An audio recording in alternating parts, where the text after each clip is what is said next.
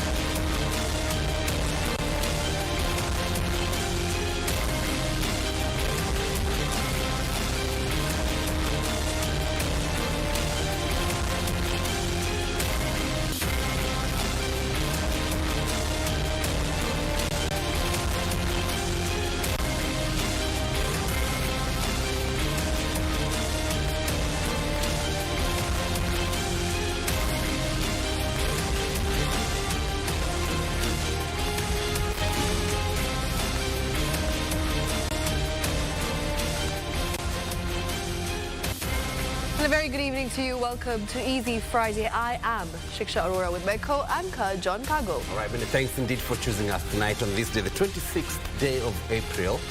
Bringing you an update of the news that's been shaping up.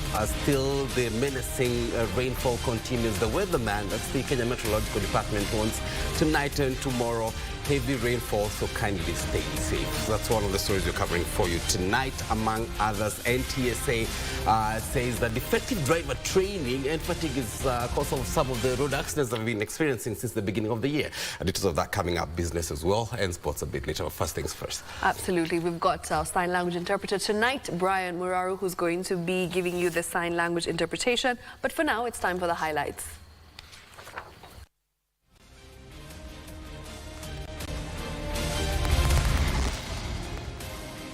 Tragedy captured on video. 3 people dead, 6 missing after truck overturns when crossing a flooded river in Makueni.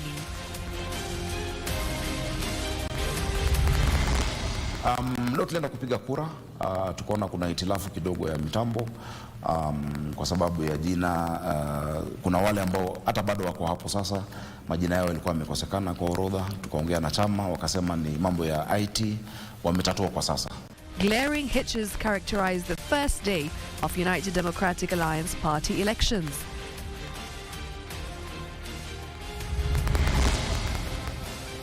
And driver fatigue, half-baked driving lessons and poor roads identified as key contributors of road carnage.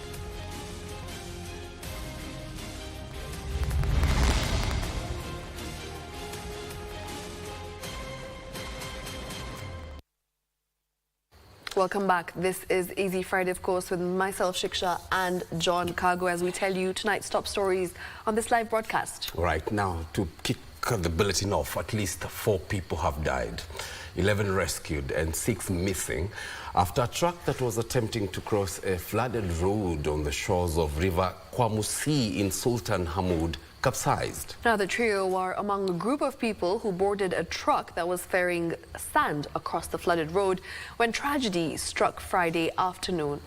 Well, now this comes as heavy rains continue to wreak havoc across the country, with the citizens being urged to exercise extreme caution when crossing flooded roads. Nancy Okwari with the details of the tragic event. We would like to warn you that some of these pictures may be disturbing. Friday afternoon in Sultan Hamoud, Makueni County. A lorry ferrying sand would temporarily stop after it encountered the flooded road. Here, local residents would ask to be ferried across the road that was flooded following heavy rains leading to River Kwamusui bursting its bank.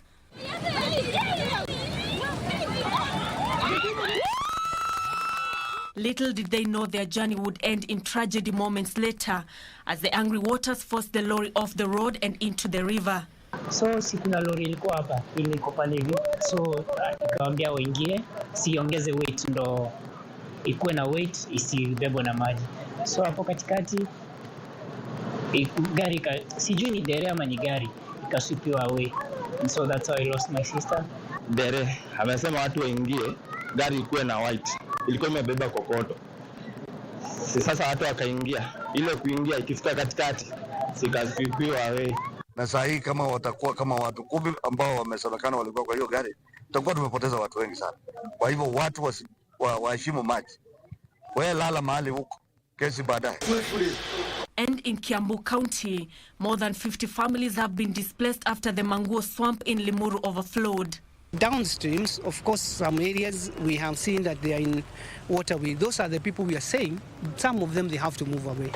We have no alternative, because if this phenomenon is going to be there throughout, what are we going to do? Still in Kiambu, railway transport from Nairobi to Kisumu was paralyzed after part of the railway line was destroyed following a landslide at Thogoto in Kikuyu. Ukiangalia jinsi watu na lima kando na hiyo railway, ni vile kusema ya kwamba hiyo mchanga yake imekuwa mchanga ambayo ni duni na haiwezi kuvumilia kishindo ya maji.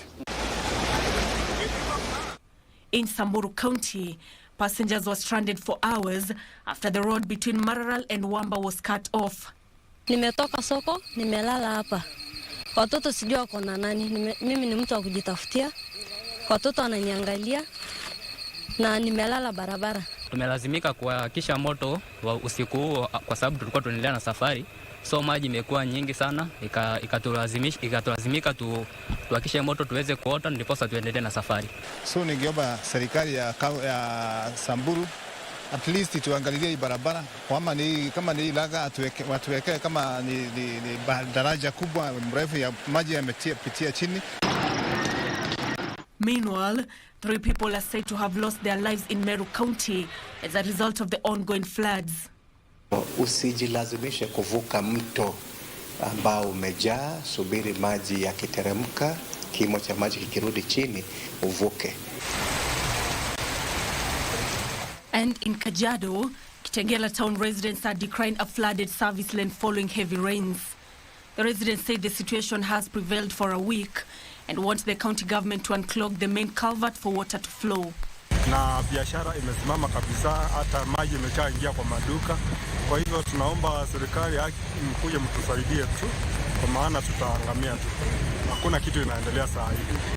Nancy Okware, Easy Friday.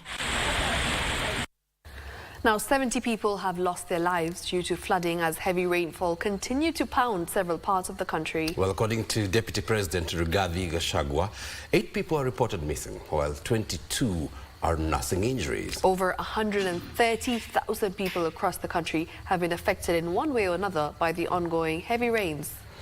All right, now the weatherman has, however, warned that the rains will persist throughout the weekend. Take a look. With the adverse effects of heavy rainfall being witnessed in almost the entire country, the National Disaster Response Technical Committee held its first meeting to chart the way forward. Speaking after the meeting, Deputy President Rigathi Gachagua revealed that 70 people have so far been killed, with Nairobi recording the highest number of deaths at 32, followed by Rift Valley region, where 16 people have died. Other regions that have recorded fatalities include Nyanza, Western, Eastern, Central, and Coast. This is an appeal that we are making to the people of Kenya, and we also want to ask the media in that offer, please also help us. You know, muko na sauti munasikizwa. Muambie wa Kenya tafadhali wajichunge, kwa sababu hata tukiwasaidia kama serikali, we can only do so much. We cannot police them. We cannot handcuff them so that they don't jump into the river. 4 billion shillings has been set aside to fund intervention measures aimed at mitigating the effects of the rains. and we'll make sure at least that the NYS that is doing a lot of work is sufficiently facilitated with resources to be able to carry out the work of settling the people who need to be settled. Meanwhile, the government is contemplating delay in reopening of schools in counties affected by flooding. To extend the opening day, Waziri Education, we can extend. But otherwise, for the purposes of the country, the schools will reopen as scheduled, as planned. Elsewhere, the National Assembly Committee on Budget now wants the National Treasury to utilize resources not approved in budget to cushion flood victims in different parts of the country. Katika sheria ya Kenya iko article tunaita article 223 ambayo tukipata emergency munaweza tumia fedha yeyote ya serikali bora isipite 10% ya budget, mutuulize baadaye tuwapitishie, kwa sababu this is an emergency case. We never prepared for floods. For Easy Friday, I'm Joseph Wahungu. Now, the first phase of the United Democratic Alliance grassroots elections kicked off despite delayed delivery of election kits and failure to identify party members in some instances. Well, Nairobi Governor Johnson Sakaja and Dagoretti South Member of Parliament John Kiarie were among senior party members affected by the hitches as the electronic gadgets failed to identify them as party members. The party's election board has, however, termed the elections as successful.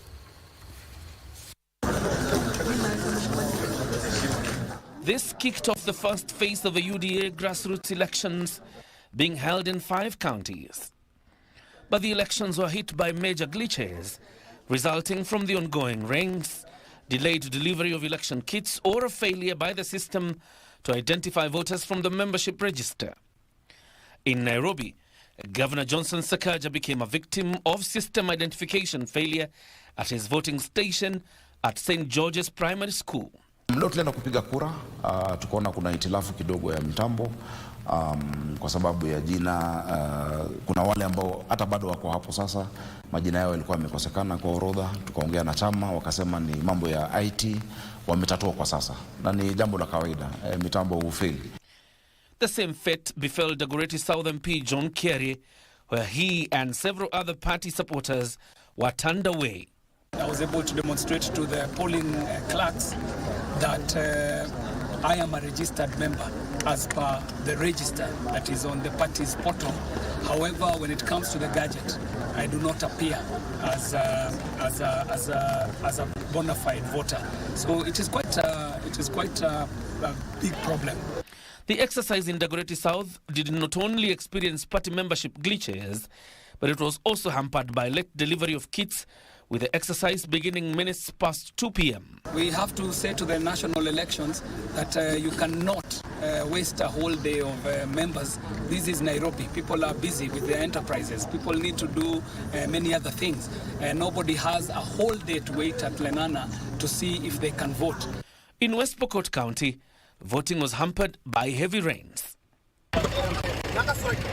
Narok County suffered a similar fate as the voting gadgets were delayed owing to impassable roads due to ongoing heavy rains.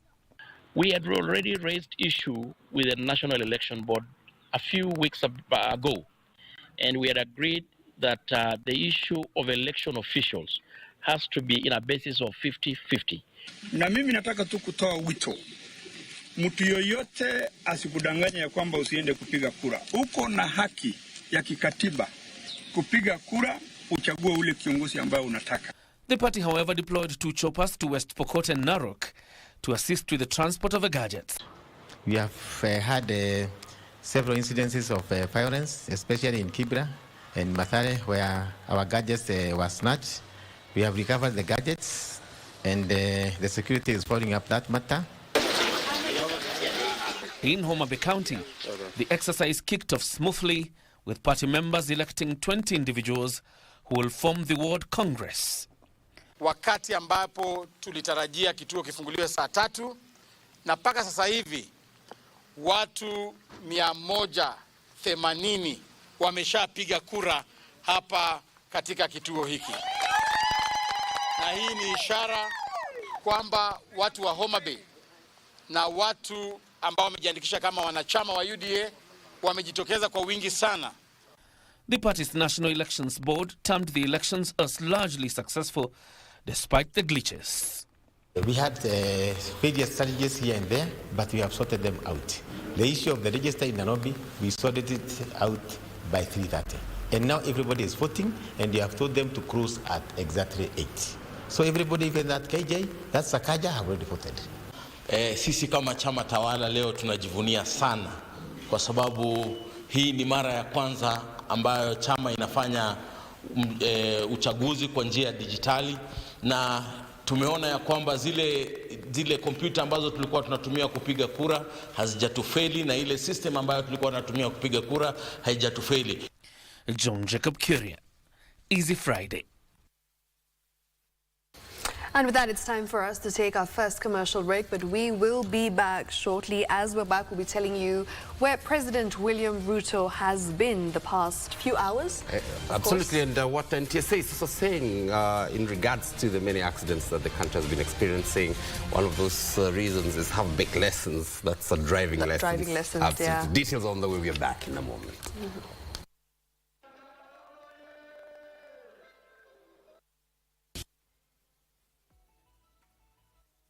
Wakumbuka, Kenya Revenue Authority is writing off penalties and interest on outstanding tax debt for tax periods up to 31st December 2022. Act now. Pay off your outstanding tax debt in easy installments by 30th June 2024 and watch those penalties and interests vanish. Scan the QR code or visit the KRA website for guidelines on how to apply. You can also call us on 0711 099 999 or visit any of the nearest KRA offices. This is a once-in-a-lifetime opportunity to set your tax records right. Anza upya na KRA Tax Amnesty. Kenya Revenue Authority. Tulipe ushuru, tujitegemee. Did you know you can purchase affordable insurance products which are tailored to meet your needs? Microinsurance offers affordable insurance products in exchange of small regular premium payments. It covers low-value assets against various perils dependent on the scope of the cover. In the event of a loss, the claim is settled within 10 days. Insure all things that matter to you through microinsurance today. Read and understand the terms and conditions of your policy. This message is brought to you by the Insurance Regulatory Authority, IRA. Bima bora kwa taifa. Back to the future. The future is simulate. Bet smarter. Win faster now. Be a winner. More at Bet. Are you looking for competent college training founded on Christian background? Sensei Institute of Technology is the right place. Welcome to the home of great practical skills where learning is hands-on, the CBC way, and everyone has potential. I'm Silvano Magez Mugisha from Uganda. I'm a student in Sensei Institute of Technology. I've taken several courses in Sensei, which is plant operator, plant mechanics, automotive electronics, and solar installation and CCTV. The reason why I've done all those courses with Sensei, Sensei gives the best practical skills in all fields, and these skills always help us to provide our best to the society. I've had a very good experience with Sensei because the teaching staff of Sensei do not only act like teachers, but they even act like parents. So they have given me a good experience in school and outside school. All you need is your ID card to be admitted to either of our two campuses in Nairobi and Nakuru. Call us on 0717 951 055 or 0729 891 301. Sensei Institute of Technology. My skills, my future. The government of Kenya, in partnership with the World Bank Group, will host the International Development Association, IDA, for Africa Heads of State Summit on April 29, 2024. The summit, to be held at Kenyatta International Convention Center, Nairobi, will identify key priorities for development financing in Africa and champion an ambitious financing replenishment of IDA resources, or IDA 21. IDA 21 will support transformational development development objectives for the Africa region. The high-level summit hosted by the President of Kenya, His Excellency Dr. William Ruto, and the President of the World Bank Group, Ajay Banga, will convene African leaders, development partners, private sector actors, civil society organizations, youth, and other stakeholders. The expected outcome of the summit will be the adoption of the Nairobi Communique. The summit will culminate in the launch of the Coalition for IDA. The Coalition for IDA is a multi-stakeholder movement to support the IDA 21 replenishment. The IDA Coalition launch will amplify the voices coming out of the summit on the vital importance of IDA and its role for Africa. This event will be live on KBC Channel 1 from 8 a.m.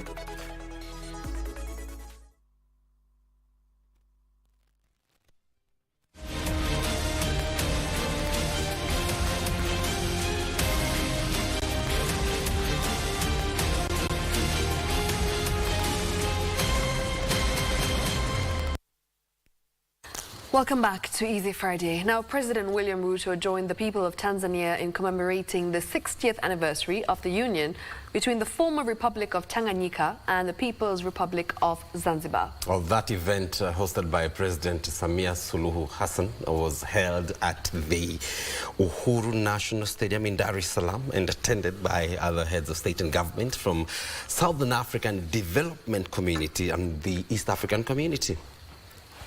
Well, from Tanzania, the head of state heads to Zimbabwe for a two-day state visit. The visit aims at bolstering political, economic and socio-cultural ties between the two countries. While in Zimbabwe, the president will be the chief guest at the 64th Zimbabwe International Trade Fair in Bulawayo.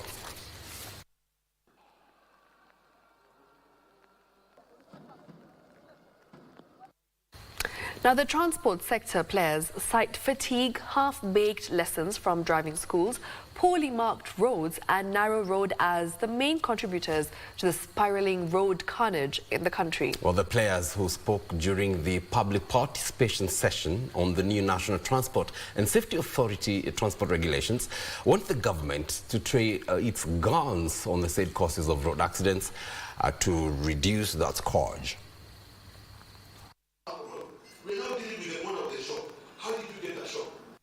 The National Transport and Safety Authority was in Nairobi to collect views on draft regulations for commercial service vehicles and school transport. Participants expressing their reservations over the anticipated new rules. That's why I've been challenging NTSA. In 2016, we came up with the very good views on ending road carnage. But nothing has been done. Those booklets are lying in NTSA. What we don't want is the regulations that are coming being turned, road safety being turned into a revenue generation. So we want road safety that is not exploiting the vehicle owner.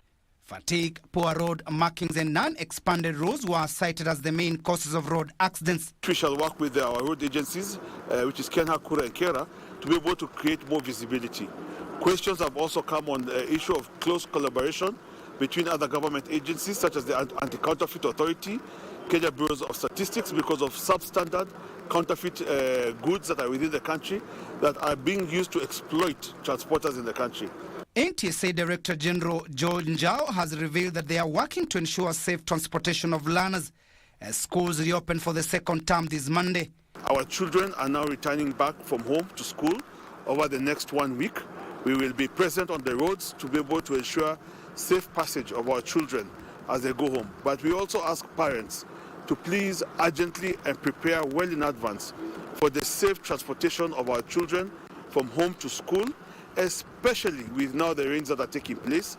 Plan in advance so that we make sure that our children do not encounter any difficulties as they go home from home to school. During the forum, NTSA was put to task to examine all driving schools to ensure they offer training to drivers with the right materials. All driving schools should be examined because they are not using the right materials to train drivers. Timothy Kipnoso for Easy Friday.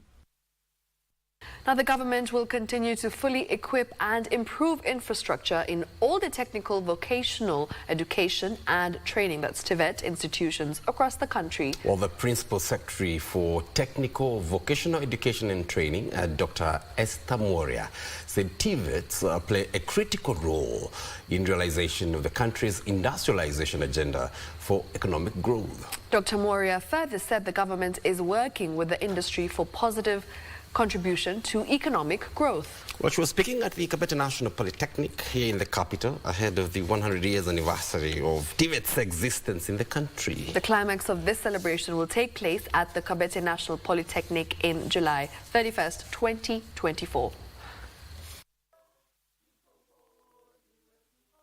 This TVET at 100, the question is, us as managers of TVET, are we equal to the investment that the government has put in this sector? Are we equal? So it's a time we want to put away in balance. We see whether the investment that the government has put is equal to our output. Players in the TVET space, we are not ashamed of having our qualifications in that database. You know, the database is like a mirror. We are putting those qualifications confidently there to be seen, accessed, and for use by anyone, whether it is nationally or internationally. But we are proudly saying that these are globally competitive qualifications. MPS, that's also what you need to work with the private sectors, so that the window which is being developed by our workshop at Kabete should be the same as the one in Mecheko, so that, and that's why Chinese are beating us. Not just standardization, but quality products. This year, as a department, we have decided that engaging with industry is what we are focusing on this year. And if you go to all my institutions, you will find that the principals are working very hard as individuals to be able to leverage the industries around themselves so that they speak to them into wanting and the importance of us training with industry, because we want to train with industry, for industry, and about industry. Thank you very much. Now, Azimio la Umoja leader Raila Odinga on Friday met with the British High Commissioner to Kenya, Neil Wigan. Well, the two discussed Odinga's quest for the chairmanship of the African Union Commission and the organization's potential to unleash the continent's power through free trade, increased investment in peace and security, and infrastructure development. Opposition Chief Raila Odinga held talks with the High Commissioner of the United Kingdom to Kenya, Dr. Neil Wigan. The discussions, which took place at Odinga's current home, focused on Odinga's candidature at the African Union Commission and his dreams for the continent. Meanwhile, campaigns for the ODM Kwale County chairperson position have reached the fever stage as the party kicks off its grassroots election on Saturday, 27th April 2024. The ODM Team Fresh Brigade, led by former Kwale County Woman Representative Zuleka Hassan, pitched camp in Kasemeni ward ahead of the tomorrow's elections. Uchaguzi ni mzuri na kuonesha chama cha ODM kinajali wananchi, na chama cha ODM si chama cha kutoa watu nje, lakini ni chama cha kupatia wananchi wa kawaida kuwa na usemi katika siasa na kujipanga na serikali wanavyoitaka. Enough is enough. Tumechoka na uongozi ambao umekuwa na ambao haujasaidia chama, na sasa tunataka tuweke viongozi ambao watapeleka chama mbele. Chama hiki ni chama cha demokrasia na kinahitaji wanachama wajitokeze kuonyesha ulimwengu kwamba ODM is a vibrant party like any other party katika nchi hii ya Kenya.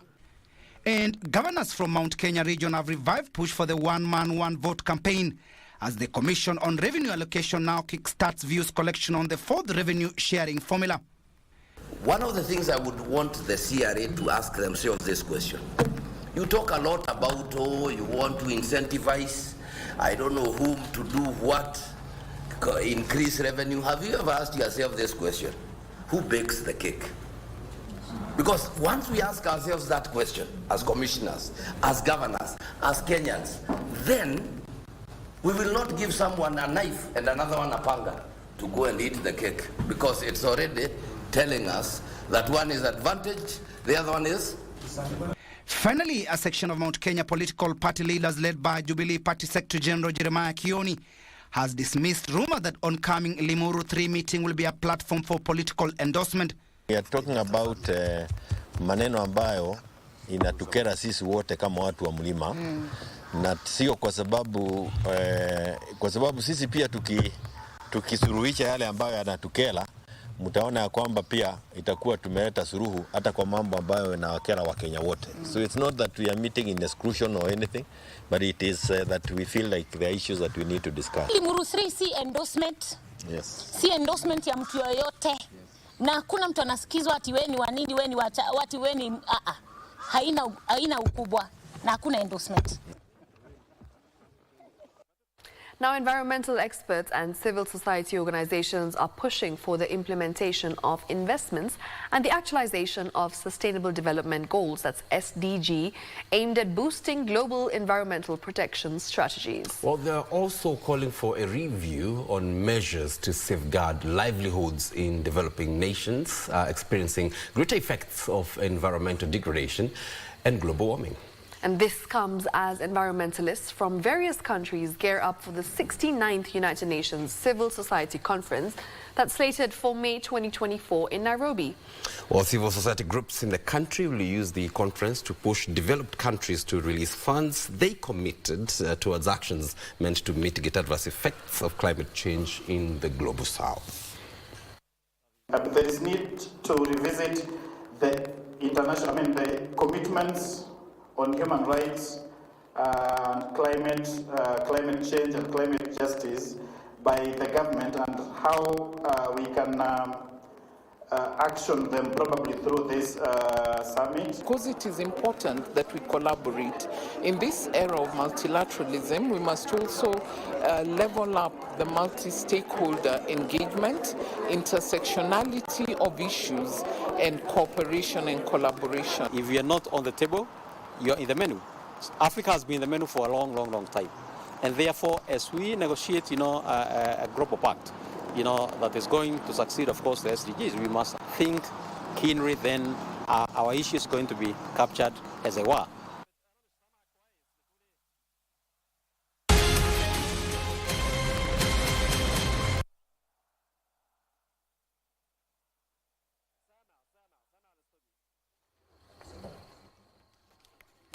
Yako ni gani kwenye star 570 hash. Every 100 shillings unayotumia kwa Lucky Game inakupa 1 entry point ya kuingia kwenye drum ya draw ambayo inakupa fursa ya kujishindia moja kati ya shamba hizi mbili. Mwisho wa April namtangaza mshindi wa shamba hili la 1.1 million Kenyan shillings na unapata title deed yako safi. Na mwisho wa Mei namtangaza mshindi wa shamba hili la 1.1 million Kenyan shillings, lori za mawe na mchanga.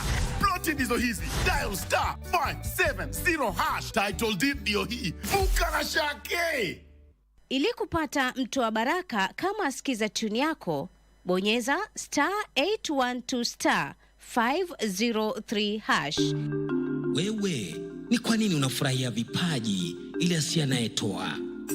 Kwa nini unapenda baraka humpendi mtoa baraka? Nauliza, ni kwa nini unapenda mchuzi wa papa ila papa mwenyewe humtaki?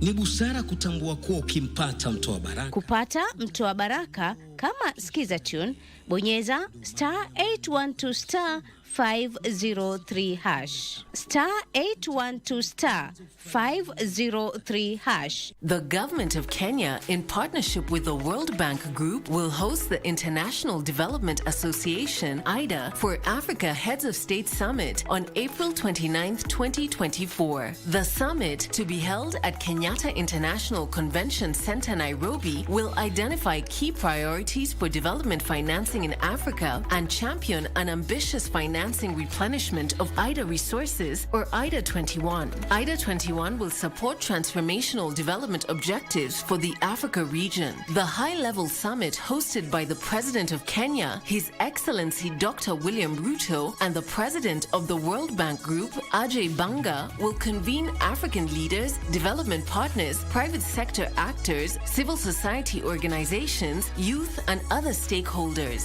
The expected outcome of the summit will be the adoption of the Nairobi Communique. The summit will culminate in the launch of the Coalition for IDA. The Coalition for IDA is a multi-stakeholder movement to support the IDA 21 replenishment. The IDA Coalition launch will amplify the voices coming out of the summit on the vital importance of IDA and its role for Africa. This event will be live on KBC Channel 1 from 8 a.m.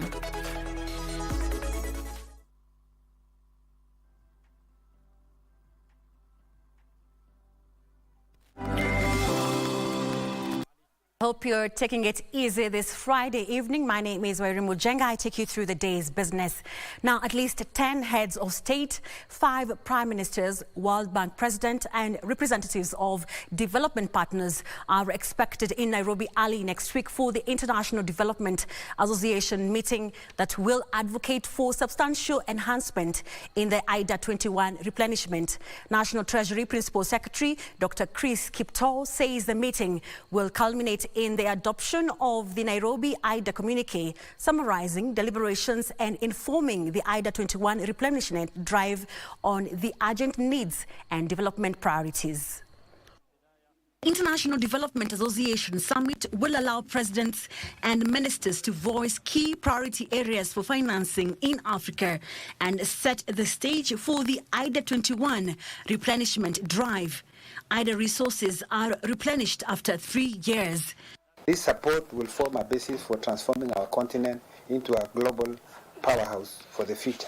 We have received confirmations from several heads of state. I think I need to check the latest, but I know we'll have over 10 presidents and about 5 prime ministers. We will get more confirmations. We also have several confirmations of ministers. I think Keith talked of over 20, but I know it's 22 countries by this morning that had confirmed their participation. The summit that is expected to kick off on Sunday will discuss climate change and resilience, creation of jobs, push for skilled human capital, conflicts and violence, as well as prosperity and sustainable development. This replenishment will come at a time when low-income countries and lower middle-income countries, such as Kenya, are facing uneven economic growth, surging debts, huge climate challenges, and increased fragility. IDA is central to the concessional financing that is needed to help Africa and other parts of the world spur a resilient and inclusive recovery and to ensure job-rich growth for future generations. A new IDA coalition of partners will also be unveiled at the summit. IDA, which draws membership from 75 countries across 6 regions, channels resources to lower and middle-income countries to accelerate their development. I, together with my colleague Brian Kimani, will be covering live that summit, so join us then starting 8 a.m. on Monday. Now, Kenya is set to join the League of Semiconductors and Microchips Manufacturers and Exporters following a deal that has been signed to set up a facility at the Dedan Kimathi Science and Technology Park in Nyeri County. An Australian developer of green supply chain infrastructure and semiconductors technologies, LLC, are investing 14.85 billion shillings in construction of the facility that is expected to start operations by mid next year. A deal has been signed for investment of 54 billion shillings in the construction and development of semiconductors and microchips in Africa over the next 6 years. The first 2 of such facilities will be constructed at the Dedan Kimathi Science and Technology Park in Nyeri County. Technology are extremely complicated, sometimes extremely expensive, and they actually require developers that have a keen eye on energy, on operating cost, on the real estate, on the green spaces, because we are looking to be the premier manufacturer of green semiconductors in the continent. What makes STL in Kenya, in Dedan Kimathi, unique is because we're on the equator, which means we do not suffer the extremes of climate. The 14.85 billion shillings project in Kenya is expected to drive the country's green industrialization goals, transformative supply chain diversification, job creation, and the advancement of Kenya's position as Africa's Silicon Savannah. The total value of that is about $400 million in debt and equity over the next 10 years. One of the things that sets Ivu apart from other developers and financiers of real estate assets, specifically industrial, is that environmental sustainability is at the core of what we do. And so we've committed by 2040 to have net zero emissions, operational emissions, and I'm talking about scope 2 and scope 3, indirect and direct emissions by 2040. Continuing CTI's mission to not only promote workforce development, but also demystify science and empower Africans. Frederick Moki for Easy Friday. Now, the Kenya Tourism Board is banking on growth in cultural tourism, ecotourism and adventure travel to drive up tourist numbers as the country targets 3 million visitors this year. According to KTB CEO June Chepkemei, the Traveller Today seeks transformation, learning and growth, presenting which the agency seeks to explore and capitalize on.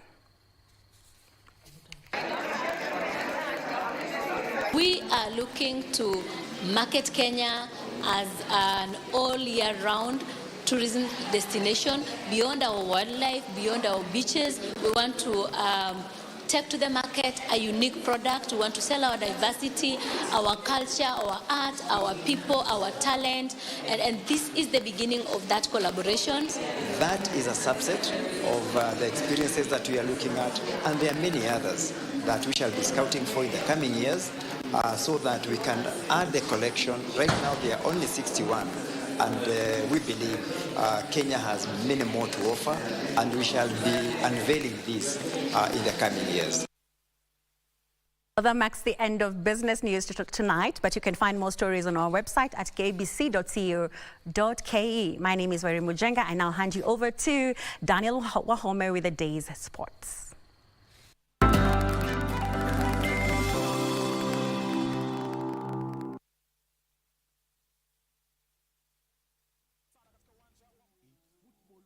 Two, 3, 4, 5, 1. Channel 1. A place in the last 4 beckons as the 8 remaining teams face off in the quarterfinals of Mozart Cup. On Saturday, KCB takes on Kakamega Homeboys while Kenya Police plays Sofapaka. Sunday, Kariobangi Sharks will be up against SS Assad while FC Leopards will play Compel FC. Catch all the action live and exclusive on Saturday and Sunday, only on KBC Channel 1, your true sports partner. Kurumisha ndege. Aviator instant game.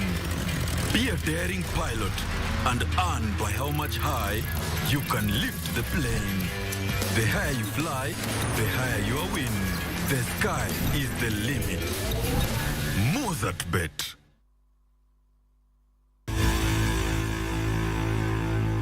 Sports News is brought to you by Mozart Bet. A very good evening to you. My name is Daniel Wahome and welcome to Easy Friday Sport. AFC Leopards and Kariobangi Sharks stepped up their training today ahead of their Mozart Bet Cup quarter-final matches to be played this weekend at the Dandora Stadium in Nairobi. KCB will open the double-header action against defending champions Kakamega Homeboys before Kenya Police take on Sofapaka. The matches will be televised live on KBC Channel 1 and on 7 radio stations. AFC Leopards intensified their training, fully focused as they face an uphill task against FKF Division 1 side Compel in the quarterfinals. AFC Leopards coach Thomas Truka says he's ready for the assignment and he's optimistic they will secure a win. Only the target is to win the league and to win the cup. So in the league we are struggling. We are still not ready for it, but we are working on it. And what about the cup? It's a chance. It's a cup competition. You have always 90 minutes to win. It's not about the more games. So I believe it's a good chance for us to win something this season. On the other hand, Kariobangi Sharks head coach William Muruya said his team is ready for the experience. to me or to Sharks, basically, we want to take it so seriously, whereby we want at least to go back again to the Continental. So we're in for it. We want to try and play a match, every match as it is, but we'll try to accumulate the points. It's a knockout. We respect it as a sad. We know any mistake you make, of course, you're out. Defending champion Kakamega Homeboys will open the double-header action against KCB on Saturday. In another quarter-final match, Sofapaka will face Kenya Police. We know it's not an easy game also because they've made it this far. So we expect a tough match from them. And on our side, we expect to give also a tough game to them and they expect to win. Teams will not only vie for Mozart Bet Cup and the 2 million shillings cash prize, but also an opportunity to represent the country in the CAF Confederation Cup. The matches will be televised live on KBC Channel 1. King Orimwangi, for Easy Friday.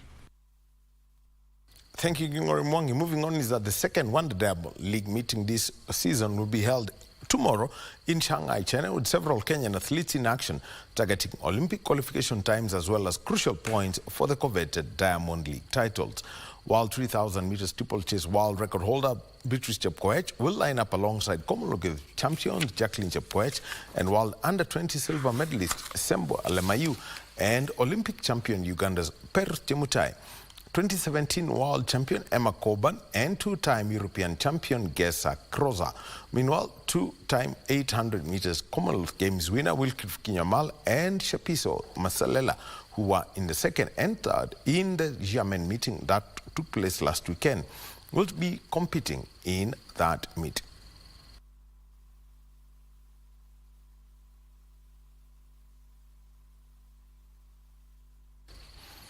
Now, the Lamu Super 8 tournament will kick off on the 4th of May after receiving 120,000 shillings from Extreme Sports Limited. The tournament, which has attracted more than 20 teams, will run for 2 weeks. The Lamu Super 8 tournament, which has attracted over 20 teams, aims to advocate for transformative impact of sports in addressing critical social challenges, specifically in tackling extremism and substance abuse among the youth in Lamu. Sports is a very powerful tool of bringing communities together. Sports is a powerful tool of giving purpose to this particular demographic. Hii ni masikitiko makubwa ikiwa timu zitaharamika from all the way mpaka pale ilipofika isipate sponsor. Ni kitu ambacho kinawavunja moyo sana. Hata zile talenti zao zinaweza kurudi nyuma. The event is also aimed at fostering a stronger and more inclusive society to enhance sportsmanship. Through fostering a platform for friendly rivalry and a sense of community, it fosters the growth of crucial life abilities while advocating for overall physical health. King Orimwangi, for Easy Friday.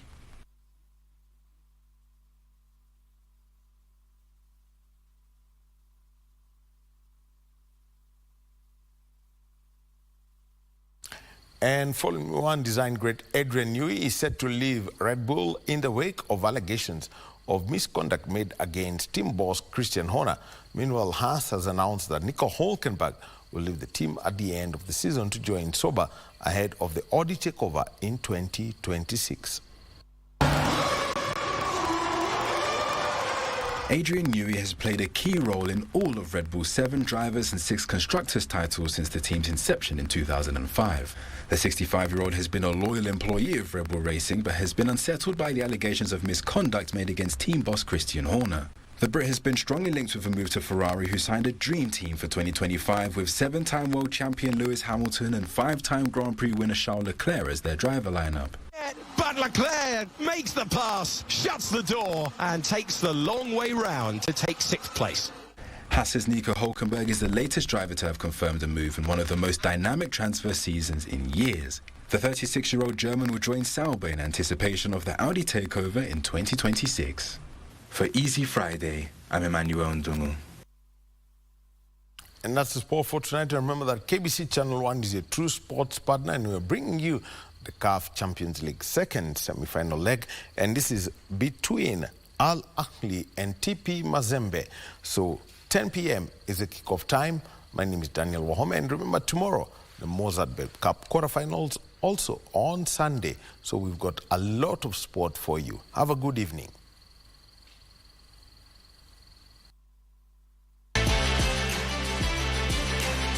Sports News was brought to you by Mozart Bet.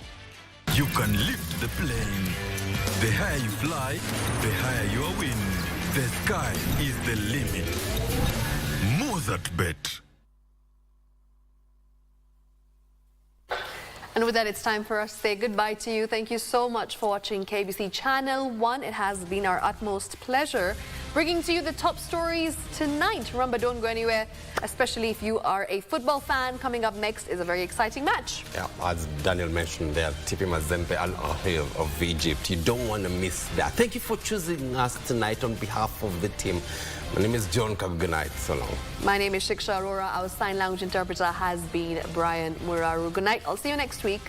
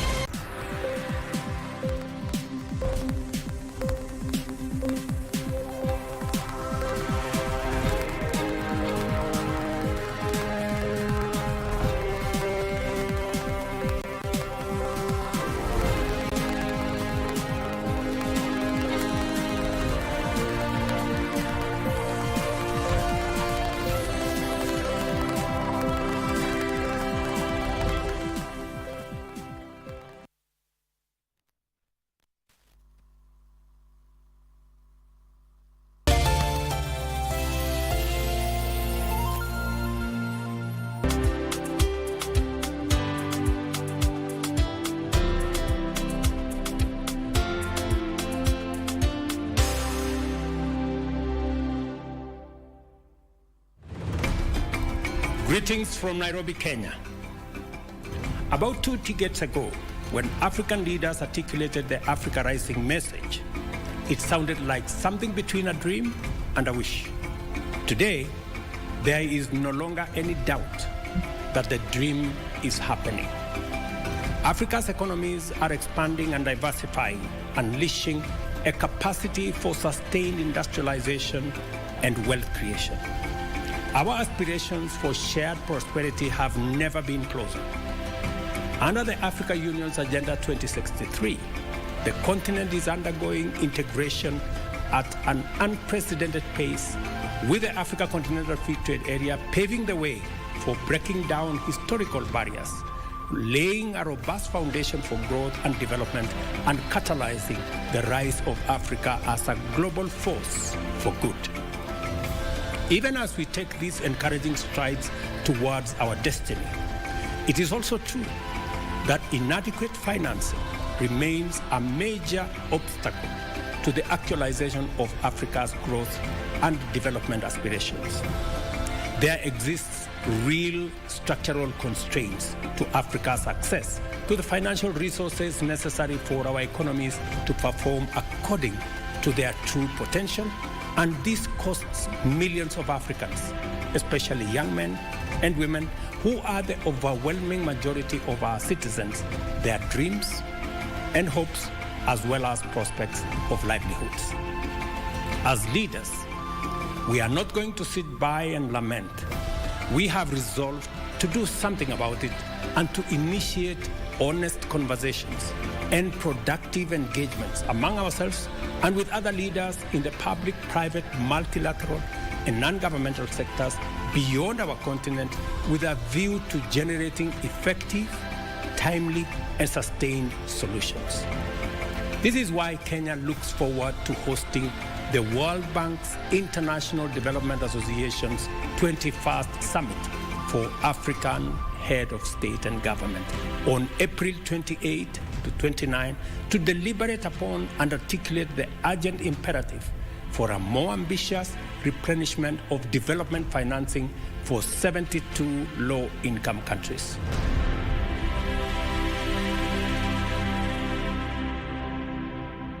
Multi-bonus. Zidisha ushindi wako hadi 1,000,000 na multi-bonus 1,000%. Kuwa mshindi. Mozart Bet.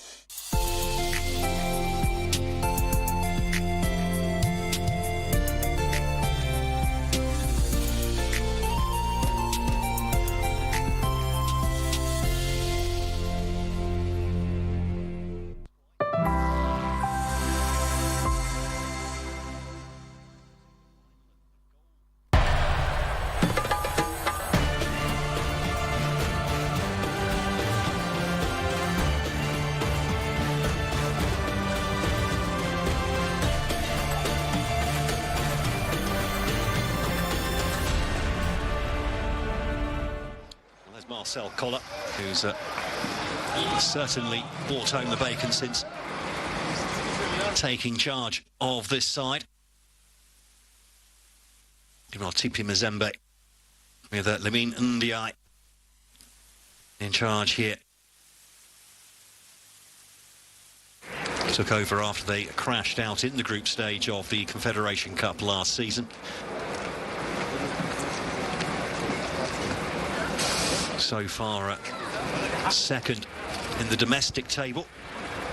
Linefoot is 1 point behind leaders Maniaim and Union, but they do have 3 games in hand. In fact, in the league so far this season, which is still in its early stages, they've played 6, won 6, scored 16 and conceded just a single goal. That coming in their last domestic fixture back on the 14th. That was a 2-1 win away to another giant of DR Congo football, Vita Club, often seen in continental competition themselves.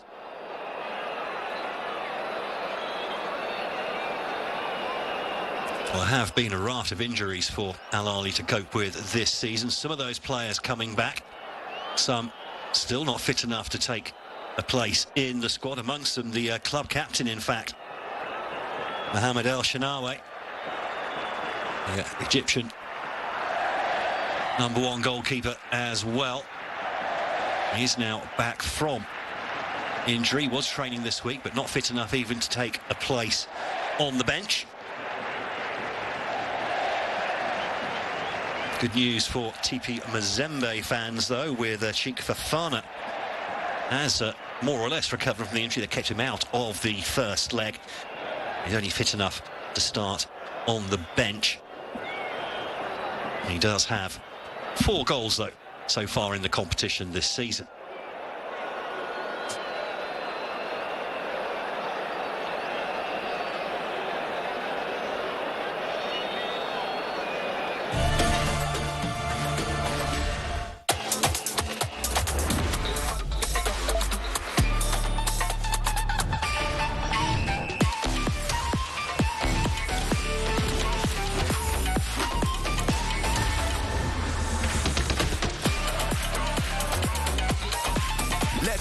Africa, one expert.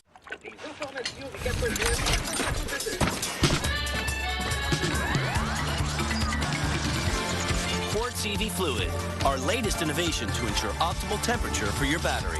Quartz by Total Energies, 70 years of innovation in lubricants for all types of engines.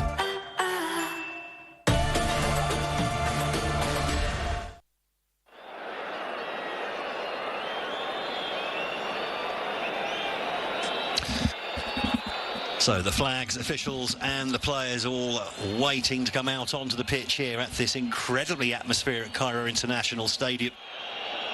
Al Ahly don't play all their games here. A number of them also played at the Al Salam Stadium. That only holds 30,000 though.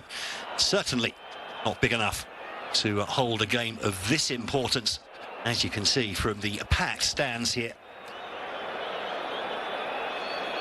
I say just the anticipation could cut the atmosphere with a knife. And certainly at 0-0, it's good to have the opposition also in the game ahead of kick-off as well. Al Ahly so far have made a fairly serene progress through the competition. 7-0 winners on aggregate against St. George of Ethiopia in the second qualification round in the group. 1-3, drew 3, topped Group D ahead of Young Africans. They reached the final of the Confederation Cup last year. They then beat Simba 3-0 on aggregate in the quarter-final, winning that game both home and away without conceding a goal. There are our officials today. Both the referee and the 2 linesmen, all coming from Kenya. Peter Kamaku, the man with the whistle, Gilbert Cheroyot, and Stephen Yembe, the men with the flags. And our 4th official looking after the technical area today, Lamine Jammeh from the Gambia.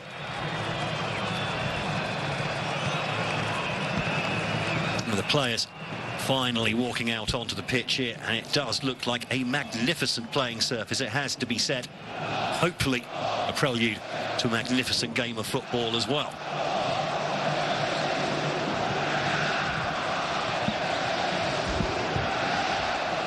I say, although the crowd will expect, I think Marcel Koller, the Al Ahly coach, probably not quite so, well, he's going to be bullish, but he's not going to be dismissive, shall we say, of TP Mazembe, especially after the way the first leg panned out. Al Ahly only had 36% of possession in the away leg. That's their lowest percentage in a Champions League match for 3 years.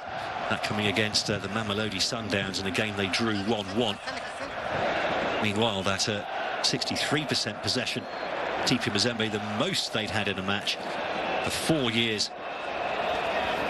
In fact, going back to 2020 when they beat Raja Casablanca by 1-0 with 66% possession.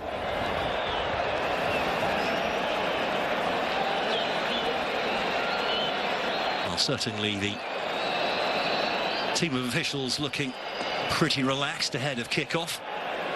I'm sure there's a few butterflies in those stomachs as well.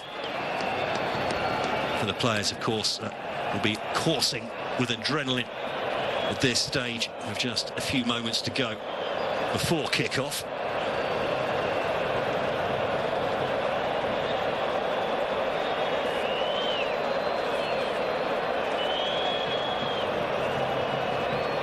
TP Mazembe did win their last away game in the Champions League 2-1. They won that against Petro de Luanda. That was after a 0-0 draw at home in the first leg as well. So going to be they're going to go through. They can do it despite not winning at home. They've done it in the previous round. Can they do it here though against Al Ahly? That is the big question.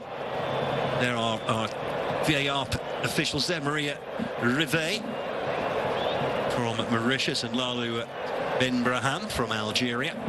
And here is the Al Ahly lineup then. One change made from the first leg by Marcel Koller. That sees